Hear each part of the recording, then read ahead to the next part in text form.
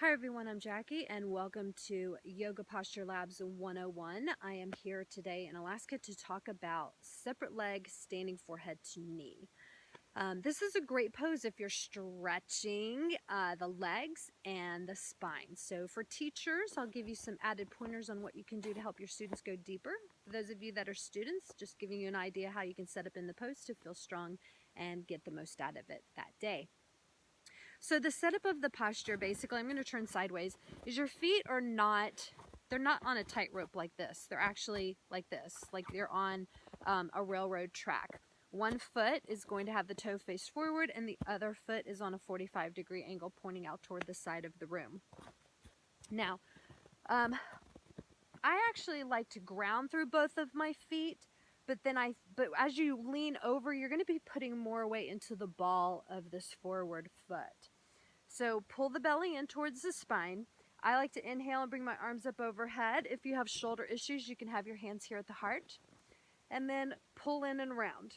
Now when you round, again, if you have shoulder issues, you can separate the hands and just place them down onto the mat. If you're going for full extension, then just start tucking the head. Now, when you're trying to get the forehead to the knee, it's to stimulate that pituitary gland, that third eye. So you can bend the knee and actually start to pull in. Now, if that is not something that works for you, it could just be because of your bones, how you're built, the alignment of your body.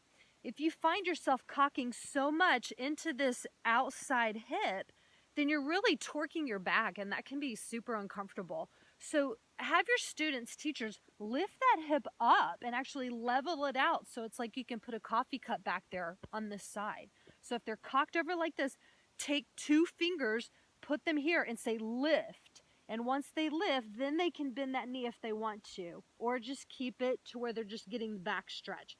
They don't have to.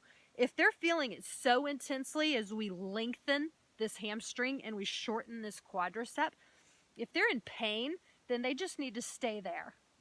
Just enjoy the pose where it is that day. Otherwise, they can continue to bend and actually tuck or stretch and lengthen out. Remember when you come out of it to take a nice deep breath in, because you're going to need that oxygen to come back up. Maybe the hands are at the heart, maybe they're back up over the head, but either way, you want to inhale to come back up. Exhale, kind of relax to come out of it. For the teachers, I will say this.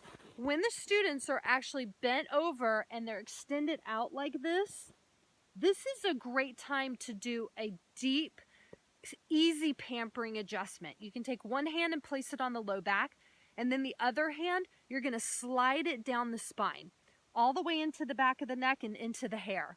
That is going to lengthen their entire torso. It will stretch their legs even more. So keep that in mind. It's going to stretch the back of the legs even more, and they may be like, ah. And some of them are going to be like, ah. That's awesome. So just things to keep in mind as teachers. You want to be aware of what your students' abilities are that day before you do things that are going to take them further into the pose. So just use caution. Anyway, okay, I'm Jackie. Thanks again. If you have questions, you can email me at jackie@jackieleealaska.com. Other than that, everybody have a super day. Bye.